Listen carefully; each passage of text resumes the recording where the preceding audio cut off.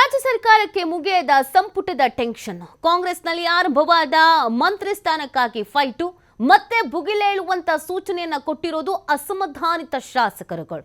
ಎಲ್ಲರೂ ಸಮಾಧಾನದಲ್ಲಂತೂ ಇರಲಿಲ್ಲ, ಬಟ್ ಸ್ವಲ್ಪ ಮಟ್ಟಿಗೆ ತಣ್ಣಗಾಗಿತ್ತು. ಒಂದೆರಡು ವಾರದಿಂದ ಸ್ವಲ್ಪ ಮಟ್ಟಿಗೆ ತಣ್ಣಗಾಗಿತ್ತು, ಅಂದ್ರೆ ಟೈಮ್ ಕೊಟ್ಟಿದ್ರು ಅಂತ ಕಾಣಿಸುತ್ತೆ.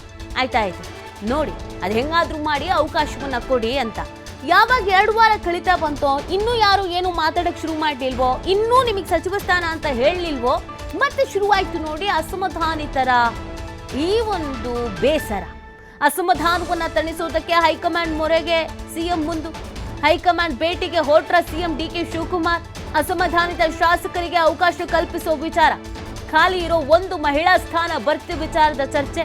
ದೆಹಲಿಯತ್ತ ಮುಖ ಮಾಡಿದ ಸಿಎಂ ಡಿಕೆ ಶಿವಕುಮಾರ್ ನಾಳೆ ಹೈಕಮಾಂಡ್ ನಾಯಕರನ್ನ ಭೇಟಿ ಮಾಡಲಿದ್ದಾರೆ ಸಿಎಂ ಅನ್ನೋದ್ರ ಬಗ್ಗೆ ಮಾಹಿತಿ ಇದೆ ನೋಡಿ. ಸಂಪುಟ ಸಂಕಟವನ್ನ ಹೈಕಮಾಂಡ್ ಎದುರು ಮಂಡಿಸಲಿದ್ದಾರೆ ಸಿಎಂ.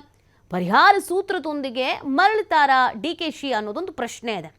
ಅಥವಾ ಹೈಕಮಾಂಡ್ ನಾಯಕರು ಇದಕ್ಕೂ ನಮಗೂ ಸಂಬಂಧ ಇಲ್ಲ, ನೀವುಂಟು ಶಾಸಕರುಂಟು, ಹೆಂಗಾದರೂ ಸಂಭಾಳಿಸ್ಕೊಳ್ಳಿ, ಹೆಂಗಾದರೂ ಸಮಾಧಾನ ಪಡಿಸಿ, ಮತ್ತೆ ಮತ್ತೆ ಇಲ್ಲಿ ಬಂದು ನಮಗೆ ತಲೆ ತಿನ್ನಬೇಡಿ ಅಂತ ಹೇಳಿ ಕಳಿಸ್ತಾರೋ. ಆಯ್ತು ಇರಿ, ಒಂದು ಸೂತ್ರ ಹೇಳ್ತೀವಿ, ಈ ಸೂತ್ರವನ್ನು ಫಾಲೋ ಮಾಡಿ ಅಂತ ಹೇಳ್ತಾರೋ ಗೊತ್ತಿಲ್ಲ.